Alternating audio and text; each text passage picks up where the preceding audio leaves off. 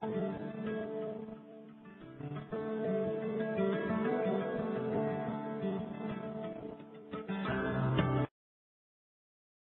afternoon, and thank you all for standing by.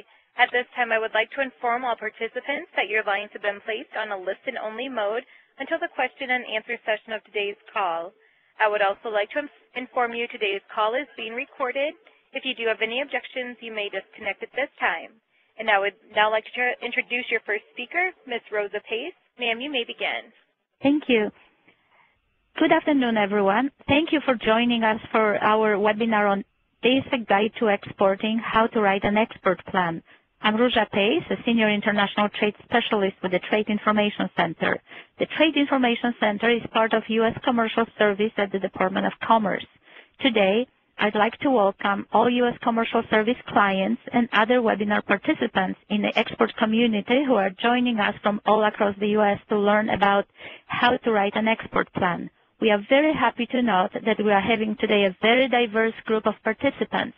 You are all very important to make President's National Export Initiative a resounding success. This free webinar is part of the series of Export Basics webinars that are brought to you as part of this important initiative. Our speaker for today will be Dr. Douglas Berry, who is Senior International Trade Specialist at the Trade Information Center. Our speaker will be available at the end of the presentation to answer your questions. The operator will put you in a queue to have your line taken off mute to ask you any questions that you may have. And contact information will also be provided at the end of the webinar if you have additional questions after the event. You will be able to hear the presentation via the telephone and view it simultaneously via your computer. If you are not hooked up through both, please take a moment to do so. If you are experiencing any technical difficulties, please press *0 anytime during this presentation. Now, without further delay, I'd like to introduce Dr. Douglas Berry. Berry, the floor is yours. Thank you very much, Rózsa, and good afternoon, everyone. Rózsa, if you could have Jacob Nixon pop by the office. Someone's trying to get into the program this afternoon, and I'll give Jacob some instructions on how to help that person. Okay. But would like to welcome everyone, and I think we're going to have a very interesting afternoon today.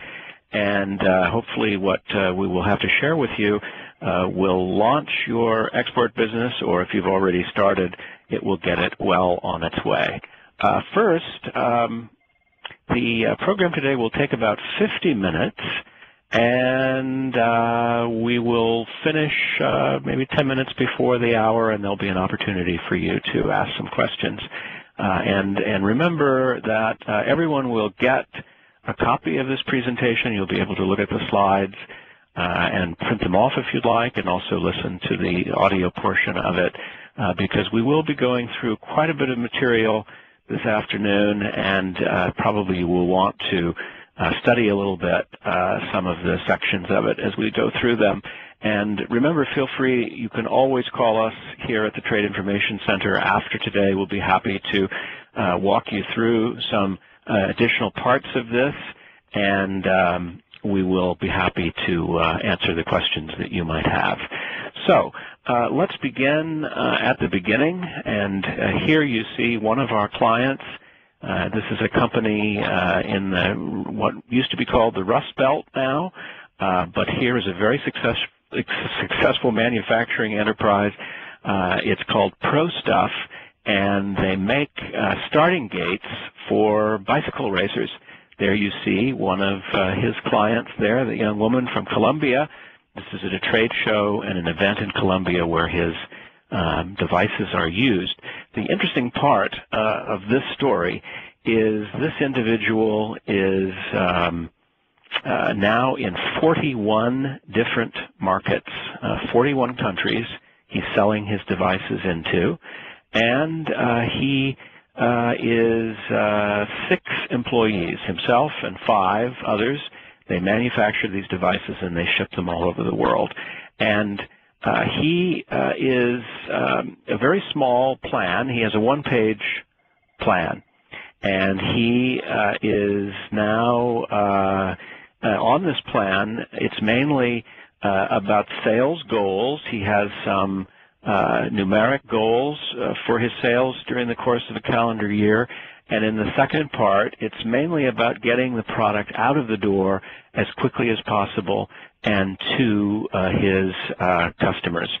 The other part of it is that he is able to work very closely with the Commerce Department. So in his plan, he clearly states that in order to find new buyers in new countries, he's going to work very closely with his local Export Assistance Center. There are 100 of them all over the country. And he goes there quite often to get information on new opportunities in new markets around the world. And the opportunities are not just people that he might sell to, but there are also the identification of market barriers and difficulties that he might encounter en route, which will help him deal with those barriers so that he is able to sell more effectively into those markets. Now, the value of the plan. It's clear, and one of the reasons, the main reason for offering this program, is that 60% of all U.S. exporters do not have a written export plan, 67%. And you might say, well, if 67% of exporters don't have a plan and they're successful, then why should I have a plan?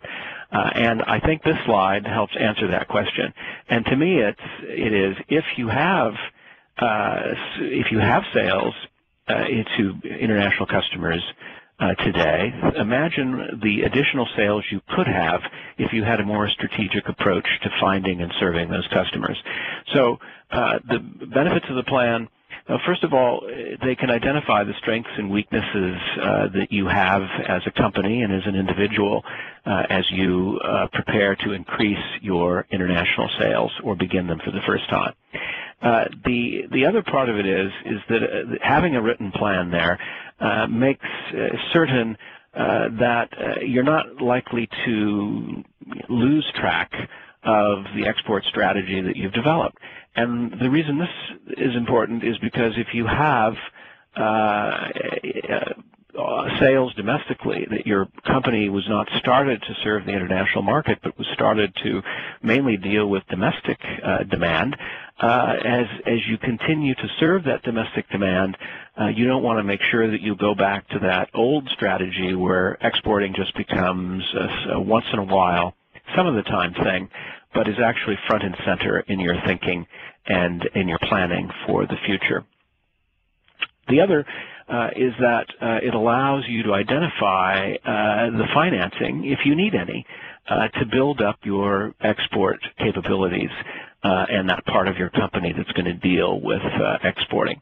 The other part of it is that you can then communicate your goals and your vision and the tactics that you're going to identify. We'll be talking a lot about tactics later in the program.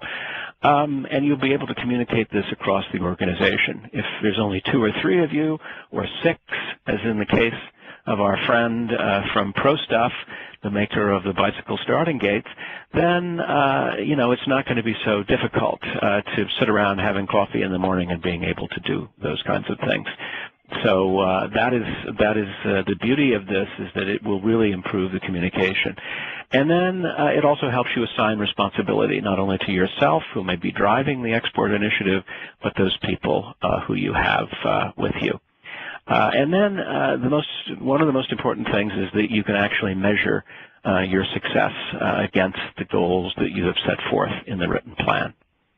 So those are just a few of the value points of having the plan. Some additional ones are it will help you challenge the assumptions which you can then use to provide insights into other opportunities that are available to you. And by assumptions, I mean that today you may harbor some. Some of those assumptions might be that you're too small to be successful in the export market. It's never going to be more than a marginal thing for you. Another might be that there may not be enough buyers online to be able to order products via the internet from you. Another assumption might be that the documentation and the regulations for going into one country or another are so complicated that you, as an individual business person, will never be able to figure it out. And I would say that none of those assumptions are correct, But the important thing is to lay them out, write them down. It's only in a paragraph. You can identify what they are, and you can then deal with them. And let me promise you that for each of the assumptions that I mentioned and the others that you might have, there is an answer to them. And in many cases, they're myths. And with a little bit of additional effort and a little bit of additional study and research, you can dispel them, and that becomes a very important part of your plan. And then the last value is that having a written plan assures your commitment to it. You're not just going to shove it in a drawer and never look at it again. Once you have put some hours into doing this and have identified a strategy, you're not going to give up very easily. And a commitment is necessary. All the research that I have read and all of the companies that I have helped over the years sell their products and services in the international market, they absolutely have to have a passion for doing this. If you don't, you might as well hang up now and say, hey, that was the most important hour or 15 minutes that I've ever spent because now I know I don't have the commitment, and therefore I'm probably not going to be very successful. And hopefully you all won't hang up. It doesn't look like you are, according to the number of calls that I see there lighting up the switchboard. Okay, the length of the plan. A lot of people think that the plan has to be some enormous tome, some telephone book length document that requires, you know, months and months and months of hard work and hiring consultants and so forth. It doesn't. It only has to be a few pages to begin with. It can even be, like our friend at ProStuff, a single page. The main thing and the goal, my goal today, is to get you to create that page and to provide you some of the tools today that will help you do it. And from that one page, it can certainly develop and flower beyond that, and it certainly will evolve as you learn more and as you have more experience. Just some of the questions that we're going to pose today will get you thinking about things in a different way. Soon you will be filling not just a page, but a couple of pages with information that will be very useful to you. Now the process. Process oftentimes begins with these sorts of questions, and don't be overwhelmed by the length of questions because not all of you will have to answer all of them. They're just sort of a range of questions that will apply in some cases to your products and not to others. So let's begin. What does my product serve? The function of it, and will fill in the global marketplace. Might be that you have some special technology that others don't have. Might be that you have a particular kind of consumer good that sells well in the United States, is an attractively priced, and it sells well in the United States because it fits some need of some consumer group. And chances are, because of the globalization of tastes generally, across the world these days, with more and more people entering the middle class and being able to buy consumer goods, to be able to buy services, including goods and services from outside their own country, you can be competitive, and it would be that would be the niche that you occupy. And then the other thing to ask yourself is the modifications that need to be made in order to adapt your product to an international market. Now, it may be that no modifications will be necessary. The starting gate by the gentleman in Ohio did not need any sorts of modifications whatsoever because the starting gates are pretty uniform throughout the world because the size of the bicycles that are twinned with them are pretty standard throughout the world. So he didn't really have to change anything. Now, we have had clients, and there's one that comes to mind in particular, maker of an exercise bike somewhere in the Midwest. And when they began to go with us into countries in Asia, they had to make some changes to their product. And the most significant change, interestingly enough, and you may snicker at this, but the most significant change was the size of the seat on this exercise machine. In Asia, the seats tend to be smaller. Those of you who've traveled there and been on public transportation may be so surprised at the narrowness of the seats. And they explained to me that the reason for this, and probably you've guessed it by now, is because the anatomy of the average Asian person is different than the anatomy of the average North American person, and therefore a seat that fits North American bums is not going to be the size of the seat that fits people in other parts of the world. This was a surprise to the manufacturers of this, and when they sallied forth into the international market, they readily agreed to change the size of the saddle or the seat on this particular piece of equipment, and when they did, there were sales that came forth from Japan and other countries in Asia. So product adaptation, you've probably read about it or heard about it. It's not insignificant, but in many cases there may not be any adaptation needed. It'll be just fine for whatever market you tend to sell it in. And then do you need a special license or certificate from our government in order to ship this product or from the importer's government in order to receive the product? Only about 3% of all goods that are shipped out of the United States need an export license from the U.S. government. So probably you do not fall into any of those categories, but certain food products, certain chemical products, or products with chemicals in them that are applied to the body or ingested, there are certificates that may be necessary, and you'll need to know which ones those are, and we can help you with that, and I'll talk a little bit about that later. Now, do you need to modify the packaging or the labeling? In some cases, with some countries, you will. It came as a very big surprise to a woman who I spoke with just the day before yesterday, who makes, I guess they're scarves made out of wool. Here in the United States, she makes them. They're high-end scarves, and she had a customer in Canada. Well, the Canadian labeling requirements for clothing items are that you have a little tag inside the scarf that says made in the United States, and you'll want that in both French and English. So sometimes there are language requirements associated with the labeling that you will need to be aware of as well, and that will be a question to ask going into this and something that you will answer in the plan, and we can help you answer those questions. So by this time, as we go down this list of questions, I hope you're getting the message that I'm just not going to leave you dangling out there at the end of the hour with all these questions and no answers for them.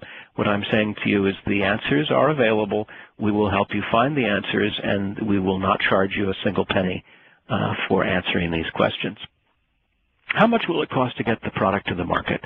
Ultimately, your customer is going to want to know what it all costs, and the cost is not just the cost of the materials that go into the product, the cost of the product that you buy from a manufacturer, and you're a wholesaler, so you're going to sell it to the final user in another country, but you also have to add your profit margin to this, and you also have to figure out what it's going to cost to get it from your back door or the back door of the shipper, and you will want to make sure that you know what all the costs are to get it to the customer's ultimate destination. And these costs will include freight. They will include any tariffs or taxes that the country of the buyer will add to that cost as it comes across customs in that country, and there may be some additional taxes to lay on. For example, the value-added tax in Great Britain is scheduled to go up 3%, 3% more than it is now. I think it's 16.5%. It's going to 19.5% on January the 1st.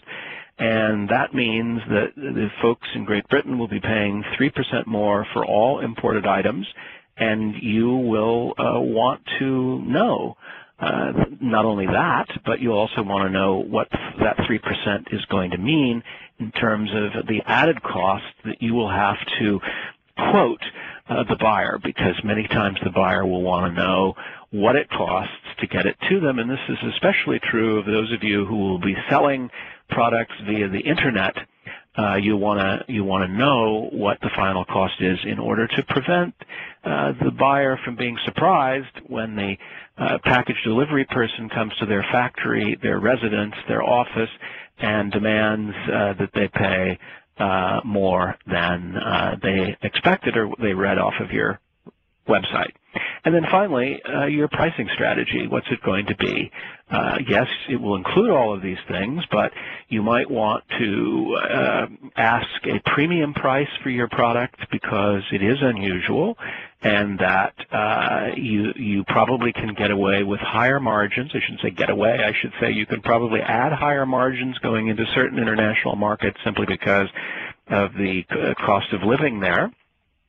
And on the other hand, you might want to lowball the price and take less profit than you would normally in the domestic market because you want to establish a customer base there. You can raise the price later as the traffic bears, but as a strategy, you might want to lowball in order to get a leg up in that particular market. That's a strategy, and you'll want to think about that before committing anything as part of the policy that you will follow. Now, some additional questions. Let's look at websites, for example. If you have a website, it's quite possible that a lot of your orders, or some of your orders, may come through your website. Maybe some have already come through your website. Maybe you have ignored those orders because you really weren't sure of the risks involved in selling to a party who's outside the United States, or you didn't understand fully what would be involved in successfully sending that product, so you ignored them. And you are not alone. Some 60% of all orders that come via the internet to U.S. companies are ignored. That is, the U.S. seller does not respond to the inquiry for one of the reasons that I mentioned, or maybe even others that I haven't considered. So part one of this is to realize that orders are going to come through your website. There are things that you can do to increase the volume of orders that come through your website, and you need to be able to respond to people when they inquire, because this is a sale or a potential sale in the making, and you need to feel competent enough, qualified enough to respond to that party and to agree to satisfy their need and to do it via the website, because you have processes in place and plans in place that will allow you to successfully satisfy that consumer, that purchaser.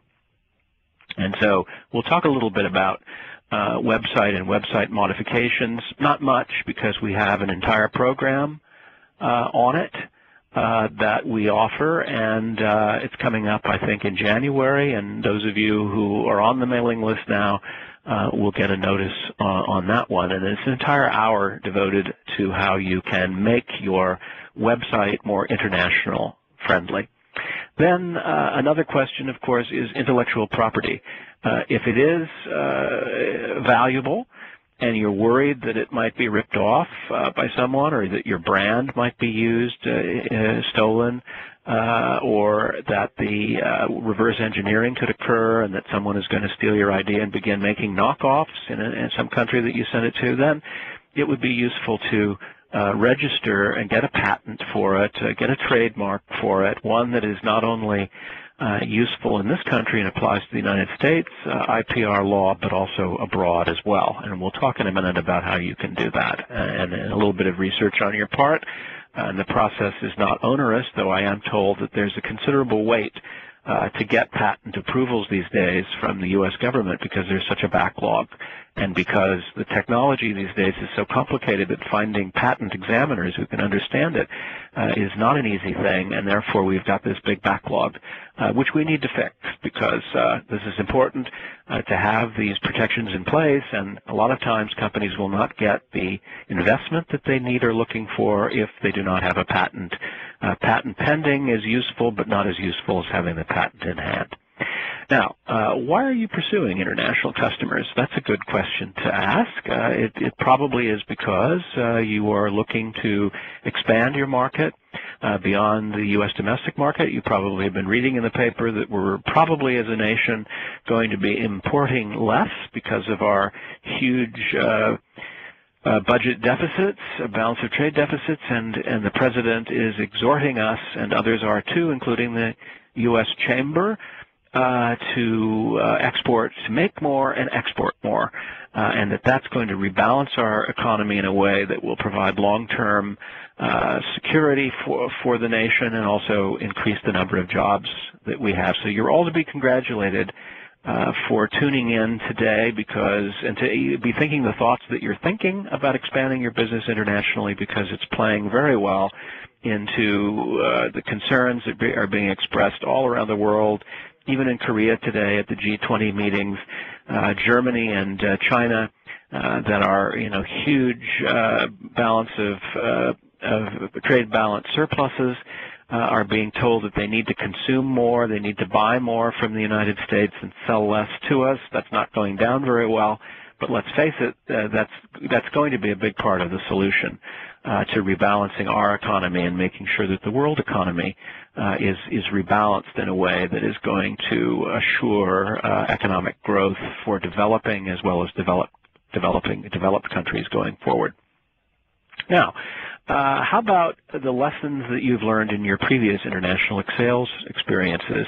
Now, this is sort of a exercise in reflective thinking. Now, it may be that you thought you were burned in a previous experience. Maybe you didn't get paid for something that you had shipped to an international buyer. Maybe you had stuff that was caught in some customs problem and either didn't get it back, or it took a long time to get it back and you took a loss on it, and you've maybe said, hey, this isn't so good, I don't want to do this again. And so what did you learn from that? The level of preparation that you had, the information that was available to you, the knowledge that you had of the processes. If it was inadequate to the task and it somehow was responsible for not doing well and not succeeding in that transaction, how can your plan make it less likely that those not so positive experiences will be repeated in the future? And a plan can help do that. But you still have to be honest with yourself and say, what didn't go right the first time, and how can I fix it going forward? And I believe that you can. We can together. Okay, the planning process. More questions. Are you fully committed to exporting? We talked earlier about the importance of management commitment for the long term. This is not just something that you want to do for 6 months to see if it's going to be any good or not and then abandon it. I would certainly, here's another time to jump out of the discussion and hang up the telephone and go back to business as usual, because if you're not committed to it for a year, 2 years, 3 years, then it's probably not going to work for you. How much time will it take for implementation? That will in large part depend on the markets that you are looking at and the kind of information and knowledge that you need to acquire, but it's good to have some time frame in mind. Is your production capacity enough to meet the demand? That is, and that's, I think, why the ProStuff owner spends a lot of his time in the planning, export planning, to make sure that he has the wherewithal to crank out these hydraulic-powered starting gates and the numbers needed in order to serve customers in the 41 markets he's expanded to. That, for him, was a huge challenge, a bigger challenge than actually finding the customers that went fairly smoothly for him. And I think the finding of it was a combination of his own skills as an international salesperson, and also his association with the Commerce Department that helped him find a lot of these markets. So his focus was mainly on how to churn out the numbers to deal with the demand. A good problem, but nevertheless one that consumed a good bit of his time, and I'm glad to say he's been successful. Now, your personnel. Do you have people on staff that can meet this demand, or do you need to hire some new people, or maybe go to a local college or university and get a student that speaks different languages or is an expert on a culture that you may need expertise on, and you can supplement your current staffing by finding somebody locally there to help you, and do it in a way where you can scale it up so you're not taking on these overhead costs immediately, but that you can do so in a way to see where the business develops over the next year.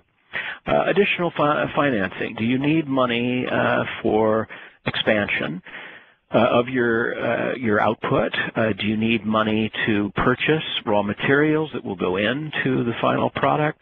Do you need money so that you have cash on hand so that you can offer some terms to the buyer for 30, 60, 90 days or whatever?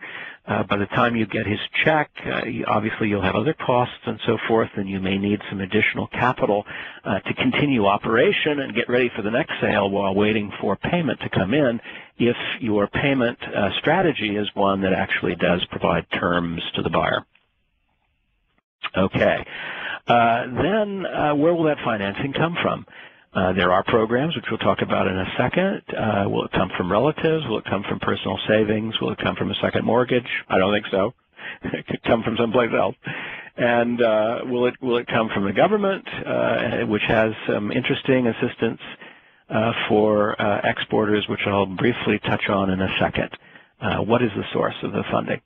Here's the source, and this is the Small Business Administration has products, loan products for exporting, something called the Export Express, which has just been doubled in value up to from $250,000 to $500,000 per borrower. And this is their website, and you can go there and read all about their products under the jobs bill that was just passed by Congress and signed by the President. There's some additional funding for small businesses who are looking for export markets, and you'll want to familiarize yourself. Supposedly they have a 24-hour turnaround time to get an answer on whether you qualify for one of their loans, which for the federal government is lightning speed, nanoseconds. 24 hours. You can't even often get that from a commercial bank, but SBA is saying that for their Export Express, that's the amount of time that it will take. Now, here's another big source of export financing for small business. It's the Export-Import Bank, which is part of the United States and part of the United States government. And so, you know, this is also a good place. The products are complementary with SBA. They have higher loan maximums. Their funding has also been increased by Congress, and they now will loan up to $5 million. It's 5.5 for manufacturing companies. And they also have products that insure your goods against wars and political upheaval. Not that that's going to happen in Great Britain or Canada, but it could happen in other parts of the world where you might want to sell things to. And they also will have loans for your buyer. So if your buyer in another country needs money in order to purchase the products that you have, there is a product from the Export-Import Bank that funds the buyer to buy your stuff. That part of the agreement is they buy from you, not take the money and buy from someplace else. So you can tell them that these programs exist, and if you have machines or other big-ticket items that you don't have the financing for, the bank will consider funding the buyer, the foreign buyer. Okay, now for the planning process itself, questions to ask for you, and this is, what is this all going to cost? Be real about the cost. You might want to, you know, quantify your own time that will be going into this, but what sort of money do you need in order to make this happen? And what are your projected sales going to be for the first year? Maybe there won't be any in the first year. It'll all be planning and marketing and promotion. But it's a good idea to have some projections, as the Pro Stuff people did. That was something they spent some time thinking, you know, how much, what is reasonable, how many units can I sell? And they surprised themselves by going way beyond their projections because the product was so popular and they were so successful and effective at marketing it. And what additional expertise in trade will you need, and how will you get it? Webinars. Congratulations, you've taken your first step in export planning, and to be successful, to have your plan successful by taking this webinar today. There are a lot of others that we offer. Hopefully you'll be a frequent participant in these. They're all free. How-to books. We've got a good one. It's called A Basic Guide to Exporting. It came out last year. It's available on Amazon.com for about $19. It goes into great detail. It has a chapter on export planning, but it also has chapters on freight, on regulations, on packaging, and it also has some great success stories in there that I think you'll find, very inspirational. Small companies that have been very, very successful in their international activities, and the range of products and services is truly unbelievable. Things that you've never thought, might be as successful in an international market as they were here have been, and then some. And I'm talking about, services such as franchises. There's 2 or 3 franchises that I never heard of before, one including 2 Men in a Truck. It's a moving service, basically, that was started in Minnesota, and they have franchised it now, and with their logos and the other certain things that they provide, and now there is like 10 of their franchises in 10 different countries, and they're making, very, very nice profits as a result of an idea that took root in Minnesota. And they were smart about it, and they quickly scaled it up internationally, and now they're doing extremely well, again, with the help of Commerce Department and some of these other federal agencies that I've talked to you about. And, of course, what sales channels are you going to use? Is the Internet going to be a big one for you? Are you going to find some very excellent distributors, or are you going to go directly to end users, or are you going to do retail? There's all kinds of different possibilities. It really depends on your capabilities and what is best for that particular market. And then how will you handle returns on warranty issues? This is very important for web-based businesses because you want to state those policies up front. If it's broken when it arrives, will you take it back? If people don't like it, or if it's the wrong size, will you take it back? Who will pay? These sorts of things are very important to think through because customer service ramifications and financial ones as well. And, of course, some countries have very strict customer and consumer protection laws, and you'll need to know about those because there may be certain requirements that you'll have to do, whether it's your policy or not. You may have to take back things if the buyer doesn't want them, simply because it's the law of that country that states that you will. And then what about trade shows? This is a very good way to exhibit. If you have something to exhibit and there's a show which is in your general industry area, there are hundreds of them in the United States every year, and many of these shows bring international delegations to the show here in the United States. So if you go to Las Vegas or Chicago or Miami, where the shows, different industry shows are held, favorite places to go, there's going to be tens of thousands of foreign buyers who come. And so without actually having to buy a ticket, get a passport, and go anyplace, you can meet these people and you can actually make sales to them. And we'll talk a little bit about that in a minute and where you can get information. There's also international trade shows, which the U.S. government serves in the sense that there are personnel there from the embassies that will help you navigate your way through those shows and also introduce you to foreign buyers who they are aware of. And often these are very inexpensive to do because the exhibition space is sometimes a lot cheaper than it is in this country. There's a U.S. pavilion, which you can rent for a couple $100s a day and then get all this assistance as people actually bring buyers to the booth where you can make presentations to them and hopefully make sales.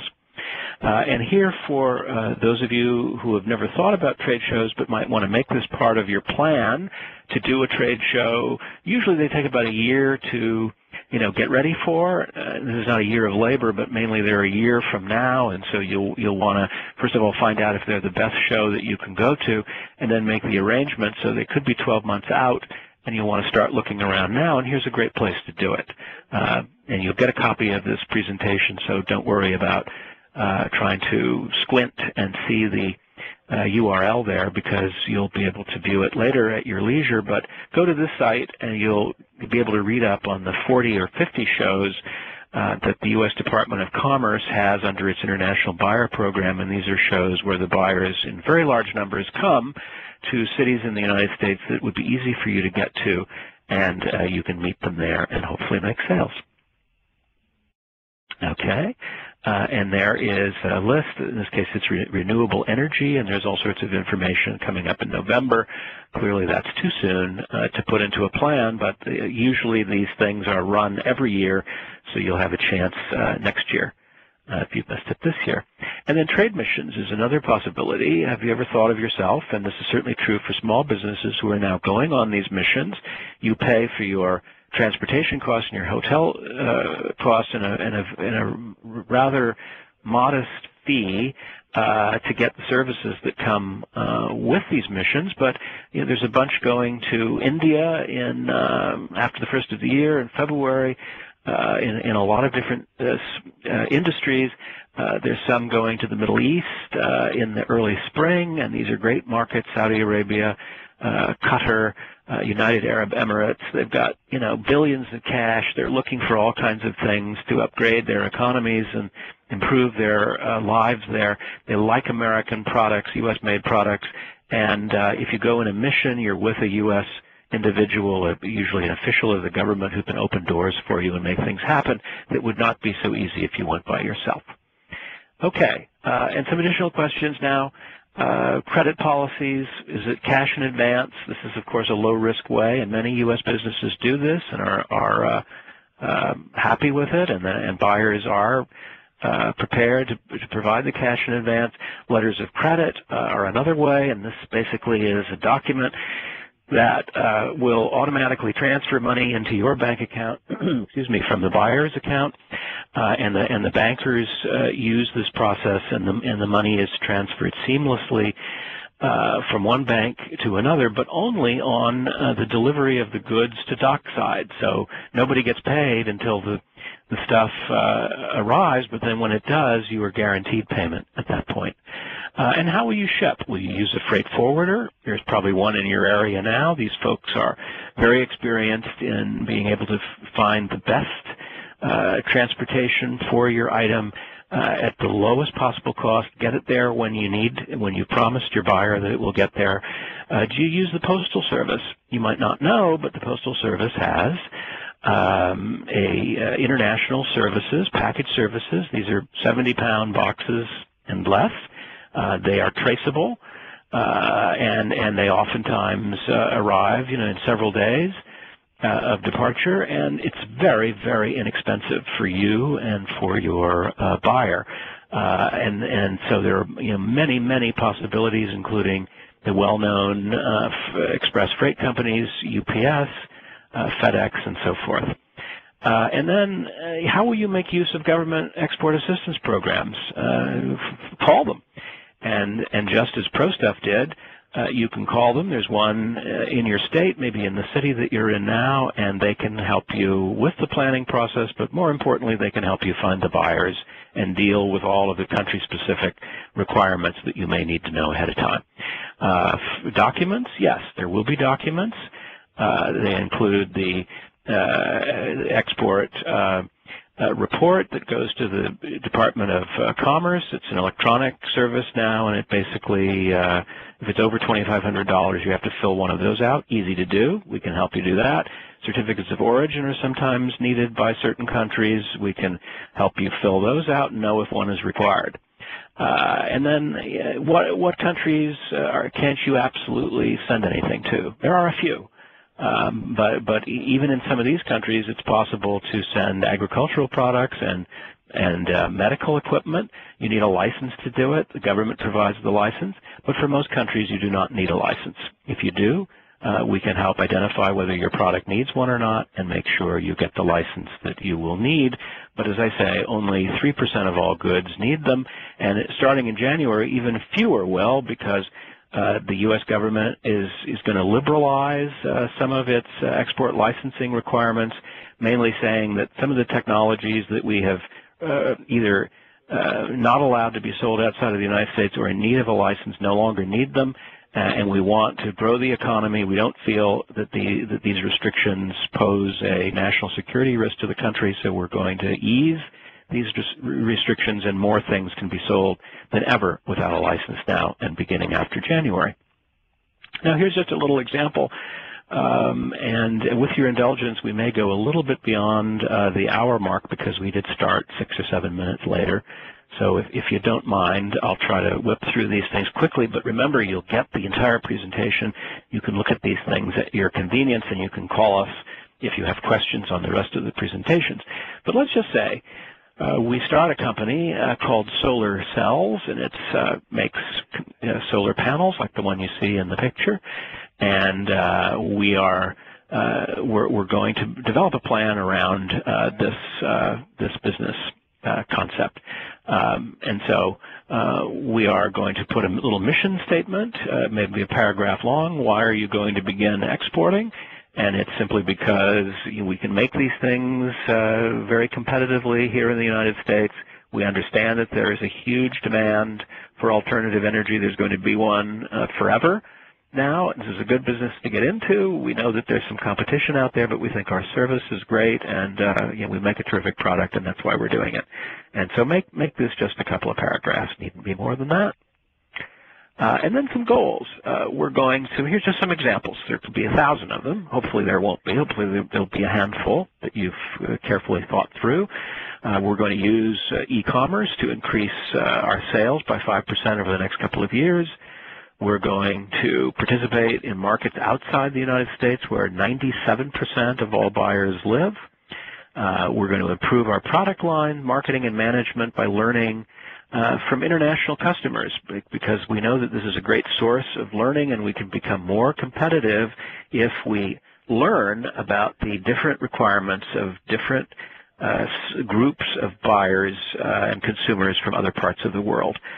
We're going to locate one new country distributor in the next and in 2 new country markets within the next 2 years, and we're going to sell via our website. We're going to use eBay, Alibaba, some of the other e-commerce platforms that will increase our sales even more.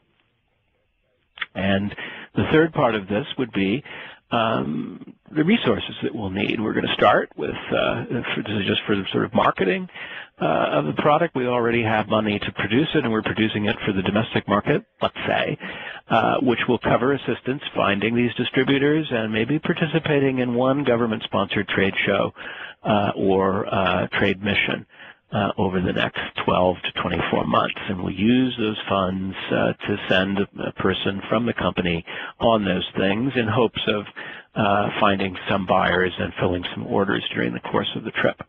And then we're going to fix our website, or we're going to create one from scratch that we can further internationalize with the help of the commercial service and other advisors who can do this for us for free, but we understand they know a lot about how to make our site more international friendly than it is now, and this might be just by including some text on the front page that welcomes international buyers, a success story when we get one of an international transaction that we've had, and maybe some information about shipping that will be of particular interest to the foreign buyer. And we might also put a currency converter. They're free. You can download them on your web pages.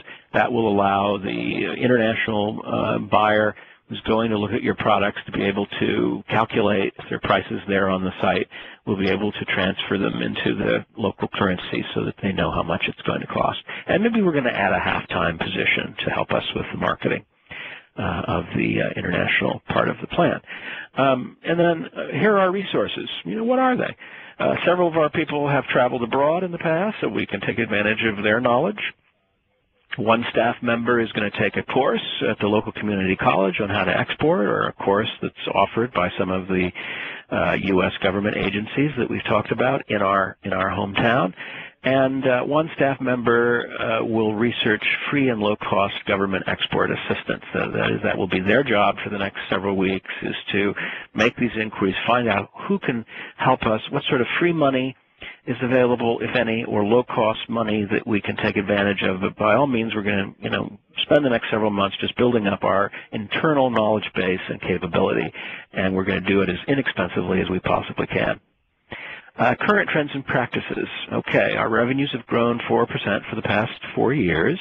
Our product is sold via the internet and through a network of domestic distributors, and occasionally we get the unsolicited international sale all to individual buyers, but with a few inquiries for potential distributors. All that's good, and we can use all that information to capitalize on what we already know and what we've already done and make the most of it. Now, your capacity. This could be another part of the plan. And again, you're just talking about a couple of paragraphs here, not pages. We have the capacity to increase production 30% without additional capital investment, and customize for your business and products. And there is also, if you're a manufacturing company, and this suggests that you are, there is additional federal assistance. There's a organization called the Manufacturing Extension Program that will actually send people out to the place where your stuff is made, and they will do an analysis of your current setup. And these are engineers and other people. I think it's either free or very, very low cost, but they'll give you sort of a plan at the end of their visit which says, if you reconfigured this, and have you thought about that? And they will provide you with ways to increase the efficiency that you have, so that you can ramp up more inexpensively in order to fill the orders that hopefully will be coming from international buyers. Okay, and then here's the target market, and these are some things that you will do or could consider doing. You will pursue the leads that are generated by the export.gov website. Export.gov has trade leads on them. All you need to do is get a password by putting your email address in there, and you can go there as frequently as you like and see what new leads in your industry have come from the 100-plus offices that the U.S. Department of Commerce and the State Department have all over the world. And you'll also investigate Singapore as a regional market for Southeast Asia. Just for instance, Singapore is a great platform in the area, and they have all kinds of connections with Indonesia, China, other places. It's a great place for doing business, and we have an office there. And this is something that they're promoting very heavily as, use us as a platform. We'll introduce you to distributors that are based in Singapore but have connections all over Asia, and they will help represent your product in these places and can generate some substantial sales for you. And then, we'll look at the past 4 years for effects of recession, and 2010 partial years for signs of recovery. These are just sort of looking at data in these countries to see how quickly they're coming out of recession and what their growth rates have been and what the projected GNP and other growth rates or other indices are going forward. And you'll look at free trade agreement countries. We have now 13 free trade agreements around the world, some of them in pretty big markets, Chile, Peru, and Latin America. We have one with Singapore. We have one with Israel. We have one with Jordan. We have one with, of course, Canada, Mexico, and CAFTA. These places are good to target because, why? There's no tariffs, zero tariffs. So our products are very competitive in those countries, and we're talking now about maybe having one with Korea and Colombia, and if those happen within the next year, and there's a good chance that they will, those markets will also be good to look at for the same reason. Okay, and then you'll look at other kinds of data that's commonly available, and you'll also talk to the commercial service, which has a lot of information that they'll happily share with you for nothing. And you'll look at this. This is market research. Every country where we operate, and there's over 100 of them, has a country commercial guide. And in that guide, for any country that you might think of, you will learn a lot about the capabilities and prospects there. Best prospects is a section in all of the reports, and it will tell you, which things are hottest and likely to be more so going forward. You register for this, you look at the reports, we can help you interpret them if you have any questions, but generally they're written for the lay person, and they're full of strategic advice and hints and tips that you can use in your planning process and in your plan. And then the U.S. Census Bureau has great statistics and data, usually by harmonized code number. We can get you the harmonized code number for the product and service, the product that you have. and it's by country, so we can tell if we're selling our solar panels, we can easily tell how many solar panels they are importing and at what price, so we can get a sense of whether we'll be competitive on price. And the good news for you today is that I just got permission before this call began to offer for free this service to you, 3 months for free, and it's extendable to 3 more months after that, so 6 months of free service. It's worth $150, and we will send you this when we send you the recording of this in a couple of days.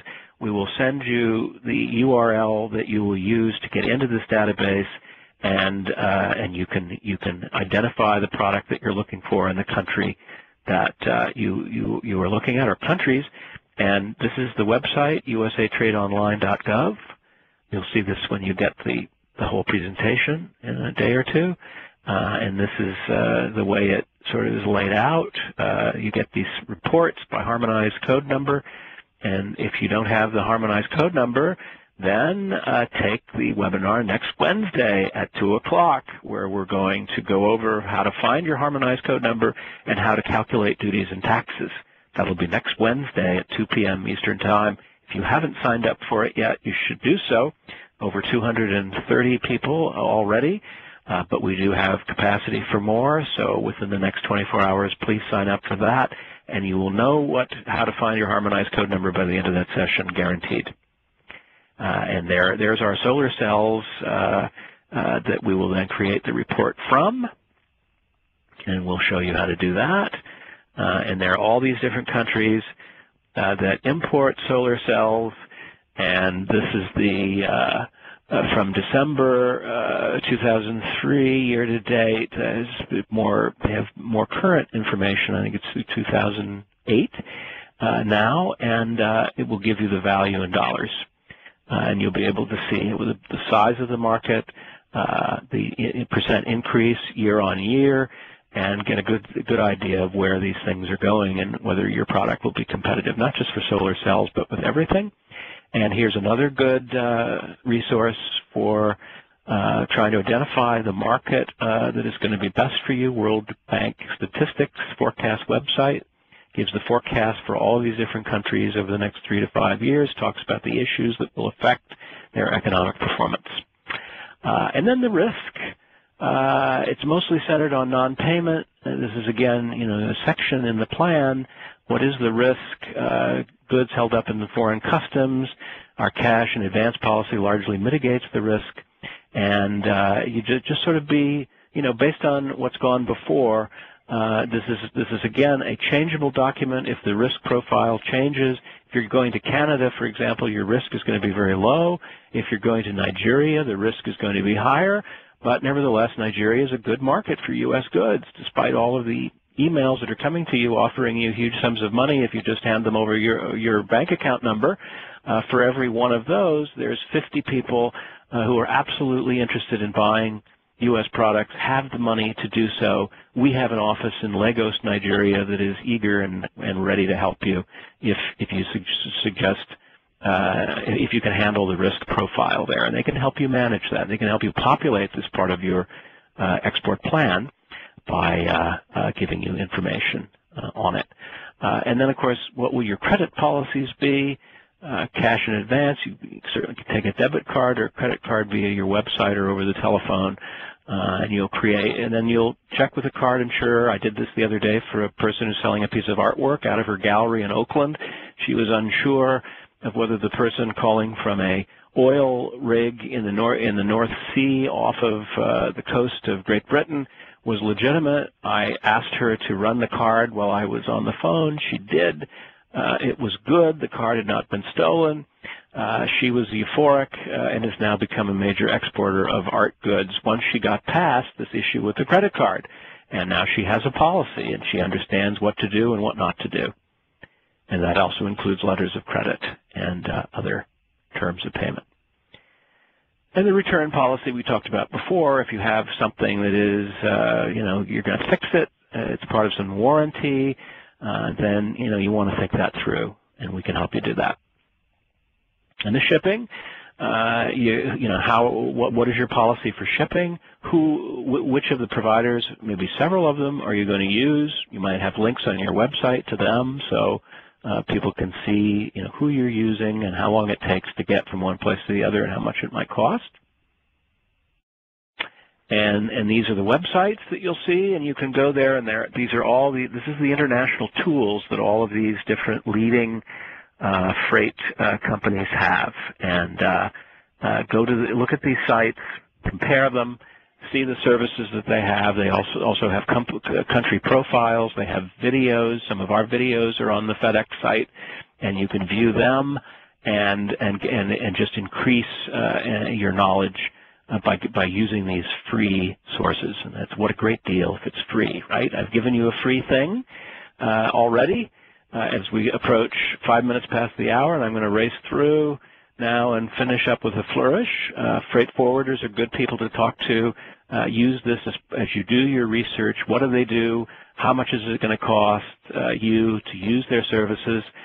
What kind of documentation will they help you with? Probably most of it. And make sure it's a good local licensed freight forwarder. And you can always get a referral from our friends at the Customs Broker and Freight Forwarders Association of America. They're here in Washington, and you can call them or email them, and they'll be happy to give you a referral in your area. And they only their members have to be licensed, and they have to pass the U.S. Customs examination for customs brokers. So you're in good hands with those folks. Export licenses we touched on already. You probably don't need one, but if we do, you can go to this website and you read all you need to read about the export controls and what you need to do as far as due diligence and making sure you don't sell to bad people. All right, and health certificates. You might need one, especially as we mentioned before, if it's beauty products or food supplements. Anything that goes on the body or in the body may require a health certificate. The Food and Drug Administration provides them. Other countries accept them. Here's the website that you can go to, and you read about the certificates and how to get them. We can also help you get them here, too, in Washington, where I'm based, and we'd be glad to assist you in doing that. Language laws we already talked about a little bit with that example on the Canadian scarf, or scarves headed to Canada, and it's just important to know if there are language laws for the country that you are targeting, what they are. We can help you identify what there will be. I mentioned to you earlier the importance of the HS code number. This is the HS code in the second bullet for solar cells. This is a 10-digit number. The first 6 numbers are recognized by all customs people in all countries in all parts of the world.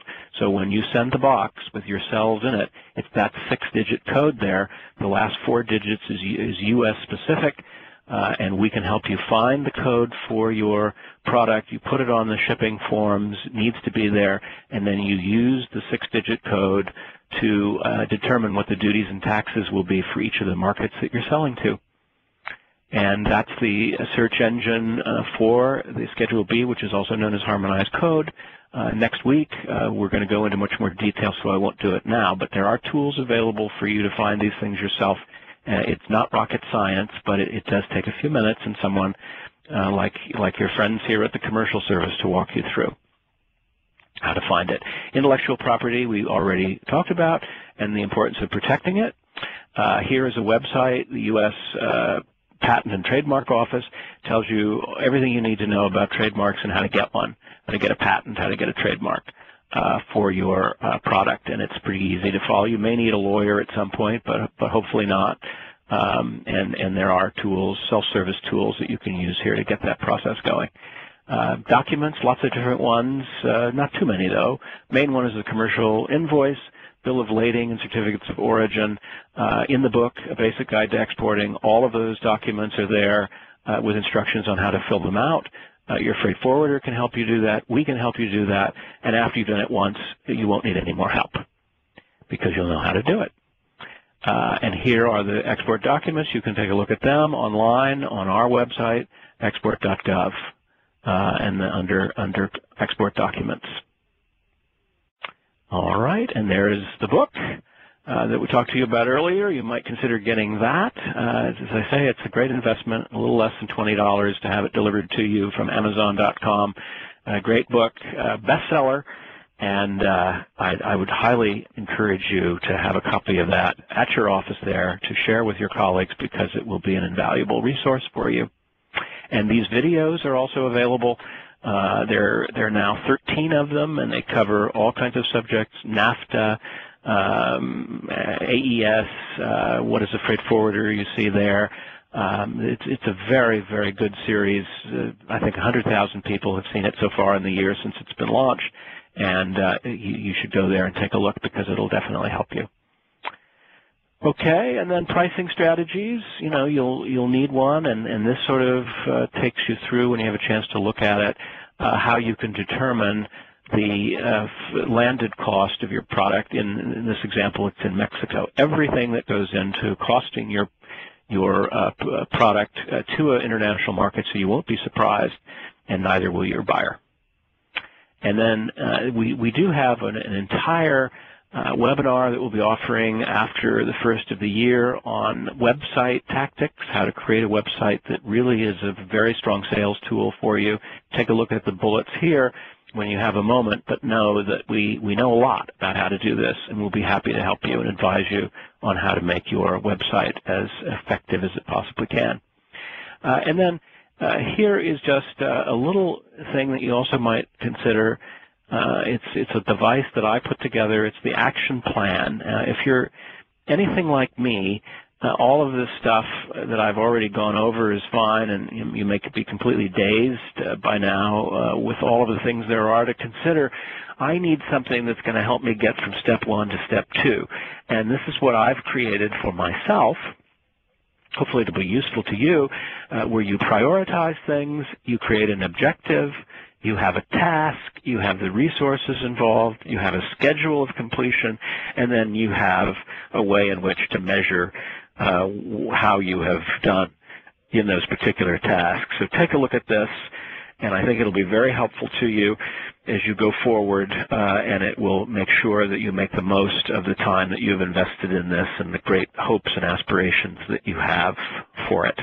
And that brings us to the end of the program. I'm sorry for going over. This is the first time I've done this, the first time we've done this, so in that sense, you've been wonderful and great sports for being the first audience for this. I hope you've enjoyed it, and we will take some questions. I know if you have to rush off, I understand that, but if you have some questions, I'm happy to answer them. And as your plans begin to develop, if you'd like to share them in the strictest of confidence, I would be happy to advise you further, and I know the folks at the local export assistance centers would be happy to help you as well. So you're not alone in this, and feel free to reach out, and we'll be glad to assist you as you move forward on this great adventure, and it really is. I think personally you're going to profit greatly from this, and hopefully professionally as well. And I can't thank you enough for sharing the time with me this afternoon. Thanks. Thank you, Doug, for this very helpful and chock full of information presentation. Operator, could you please open the line for questions? Thank you. At this time, if you'd like to ask a question, please press *1 on your touch-tone phone. You'll be required to record your name. Once again, to ask a question, please press *1. It'll just be one moment.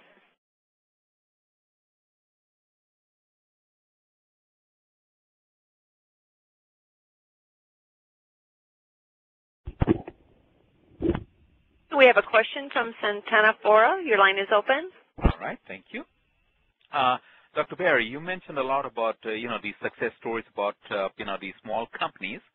And I was just wondering if there is some place that we can go to and check out these success stories, because I believe that it could be quite inspirational for many of the small companies that are thinking if they have the capability to export or not. Yes, that's a great question, and of course, in the book there are 17 stories, and the way to access the book also, or just the stories, if you type in a basic guide to exporting 10th edition into your web browser, it will probably take you to a number of sites that offer free downloads of the book. And so that would be one way to go. A lot of people, just aren't very comfortable printing off 285 pages or whatever. But if you wanted to just go to the website, the success stories, and just look at some of the things that are of particular interest to you, that might be a way to do it, and it's another way to do it without spending a penny. Thank you very much, Dr. Berry. Thanks for your question. Thank you. Our next question comes from Paul. Sir, your line is open. Yes, I'm trying to find out. In the process of setting up my company, I'm not a manufacturer representative. Is the format to set up a company better under an export management company or more of a consulting firm getting involved with helping manufacturers? Right. Well, I think a consulting firm might be the best, especially if you are not specializing in one particular kind of product. If your aim is to help different businesses with different product lines and different industries, then I think the consulting model is the best way to go. And I think we need more companies out there like this because, as you heard, there's so many companies that want to export but are afraid to do so or reluctant to do so, mainly because they don't have the information. And if you can provide them the information and you can develop some contacts in these markets where you can do some, I guess the word is matchmaking, then I think you're going to provide a very valuable service, especially if the companies are small and medium size. That's anywhere from 5 employees to 500. And then, they can rely on you, and they don't have to rely on so much on their internal resources, which, if they're smaller, aren't going to be very great. That is what I'm finding at the time, is that a lot of these small and medium-sized companies don't have the resources or the commitment to this process. So I am in the process of developing those relationships. That'd be great. And then if you can refine these tools that are available to all businesses, but more importantly, bring them to the businesses that need them, that could be a sweet spot in the market. The U.S. government, for a lot of reasons, cannot serve everyone that needs serving. And second, not everyone wants the U.S. government in their business. And third, some people just would rather not have the government involved whatsoever. It doesn't sound like you or anyone listening today is in that category, but there are a lot of people out there who just, would rather deal with someone in their local community in the private sector. And there's nothing at all wrong. In fact, it's absolutely right. Taking what you've learned here, and you can learn from us, and taking our resources and presenting them to people in a way that will help them. Thank you very much, Doug Berry. Thank you for your question. Yes, if I may add to what you said, too, about export management companies, one thing to be aware of that export management companies typically take titles to the goods that they sell, and they make profit on the markup. They may charge commission depending on type of product that they are handling in the export market. So those are some of the things that you want to think about. Do I want to hold the title? Do I want to be, how intimately involved you want to be with the companies that you represent? That's a great point. Thank you. Other questions? Our next question comes from Richard Graff. Sir, your line is open. Thank you. Doug, I am a consultant in the export industry, and a lot of the very small and some even the medium-sized companies that I consult with, and I'm basically with a credit and finance background, it's shocking to find out how little they know about export compliance laws and regulations. Yes. I know it's a scary subject. I don't want to scare them away from doing it. I just want to make sure that they know all that they have to as far as complying with things like the Foreign Corrupt Practices Act, knowing about the denied parties and denied persons list, yes, especially designated nationals, sanctioned boycotts, technology transfers, deemed exports. These are the things that I get involved in, and a lot of it has to do with the fact that the new exporter doesn't even know what kind of a question to ask. That's exactly right. That's a good observation. And thank goodness there are people like you out there who have this capability and background. And thank goodness there's this great network of freight forwarders that we have that have the knowledge in many of the areas that you mentioned. And thank goodness there is, folks here like Ruja, myself, and others who will answer your calls on these topics Monday through Friday during the business day, and we will then, and if we don't know the answer, we'll refer you to the experts in the government who can tell you what you can and can't do. But don't be discouraged. Again, yes, there are some things that you need to do, some due diligence that goes beyond what you would normally do if you were doing business within the United States, but this is all knowable, and there's a network, a community of people who can get the answers for you, and you shouldn't be intimidated by it. Would you agree? Yes, I would. Wonderful. The one problem I do have is usually trying to tell the people, check out before you start building product for your potential customer. You may find out that you may not be allowed to even ship into that country, or if it falls on, especially designated nationals list or something like that, you cannot do business with them. You can't even really communicate with them. That's very good advice. Yeah, very good advice. By the time they get to the freight forwarder and ask, it's usually too late. And that is true. Yes, so that's my plan. It's all about the plan. Yes. And if everyone out there, we've learned anything after this hour and 15 minutes, it's have one. 1 page, 3 pages, 5 pages, but by all means have one. Yes. Thanks so much for your question. Okay. Take care. Mm-hmm. All right. Who else has a question out there? This is a great discussion. Keep it going. Thank you. We have a question from David Hoff, so your line is open. Thank you. Doug, I think this is just going to turn into a comment from him because the previous caller asked the question that I was interested in. So, by all means. It's been a great program, and I really enjoyed it. That's thank all you. I can say. Oh, thank you so much. I really appreciate it. That's great. Good luck to you. Any other questions? We have one more question from Brian Feminoy, so your line is open. Hi, this is Brian. Hi, Brian. You mentioned earlier that the ease of the export control from January next year. I wonder where we can find more specific information about that. And follow-up question is, in the past, we have been contacting DOC, Washington, D.C. office in terms of classified, the EAR classifications. Is there a expedited process or other new contacts we can go for help in this area?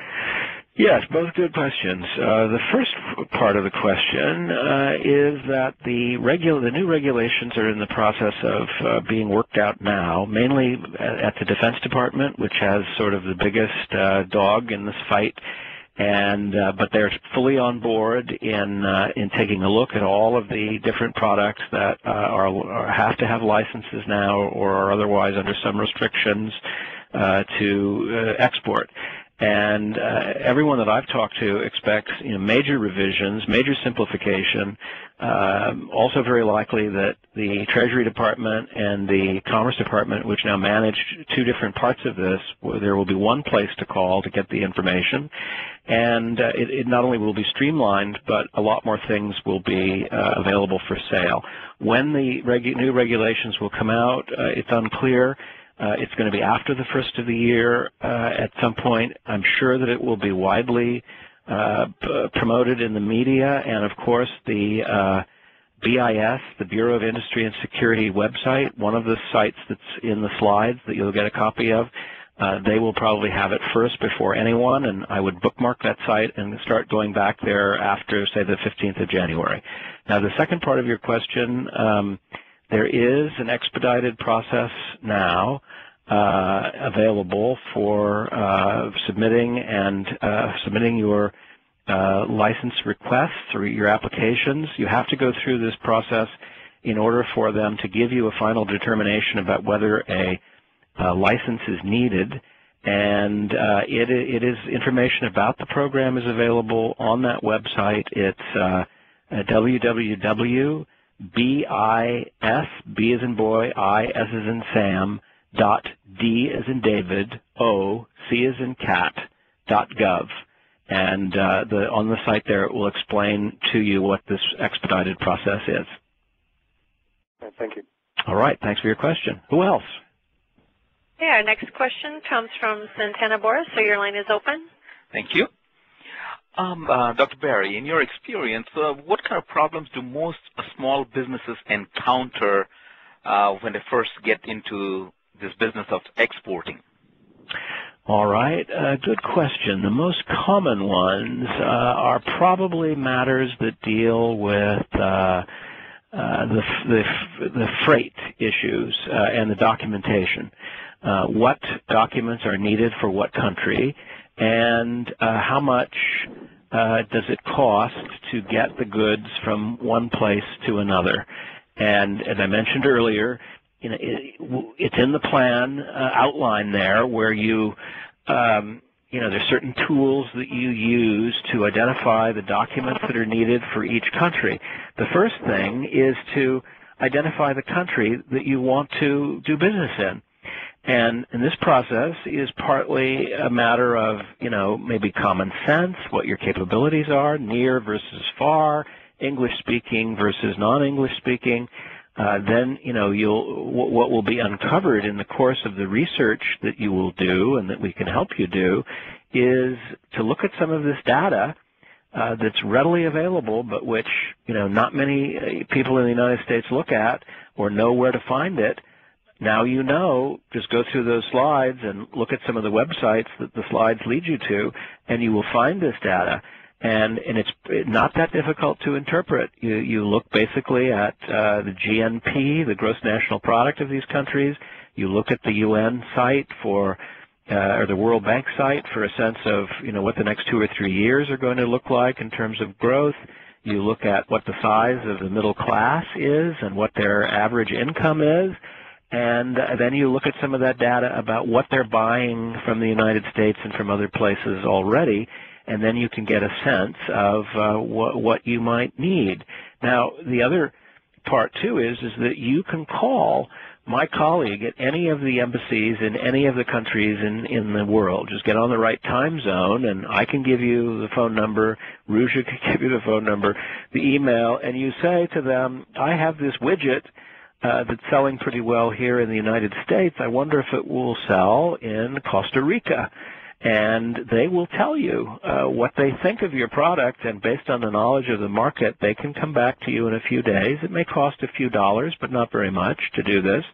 And you can actually do some primary market research by calling our colleagues and interviewing them over the telephone or on email, and you can make some educated decisions about what market you should go into if you're doing it in a proactive way. So I would say, number one, it's what market to go into, and then number two, how to get your product, how to find a buyer, and then number three, how to get the product there. And we can assist you with all three of those things. Thank you. Thank you very much. These are great questions, by the way. Thank you, sir. At this time, we're showing no further questions. All right, wonderful. So I will say then thanks again for tuning in. You will get this presentation in the next few days, which will include the audio part, the slide part, and also the email address and the password to get in and look at some of this research data that's available for no cost for the next 3 to 6 months. Okay, Ruja? Yes, I just wanted to add thank you again, Doug, and I'm afraid since this is all the time that we have, we need to finish this presentation. But remember, for those of you whose questions we either didn't answer or you want to ask them offline, you may want to contact either Doug or Asset Trade Information Center. We have a number of international trade specialists that specialize in different regions and sectors, and we'd be more than happy to either, like Doug said, help you or direct you or connect you to the right folks. And also, please, if you had to forget, most of what Doug said, hopefully not, but if you remember 1-800-USA-TRADE and export.gov, you can find Doug and a lot of information that he's responsible for on either website and on webinar series and so on. And we certainly would like also to remind you that Doug will be our presenter at the next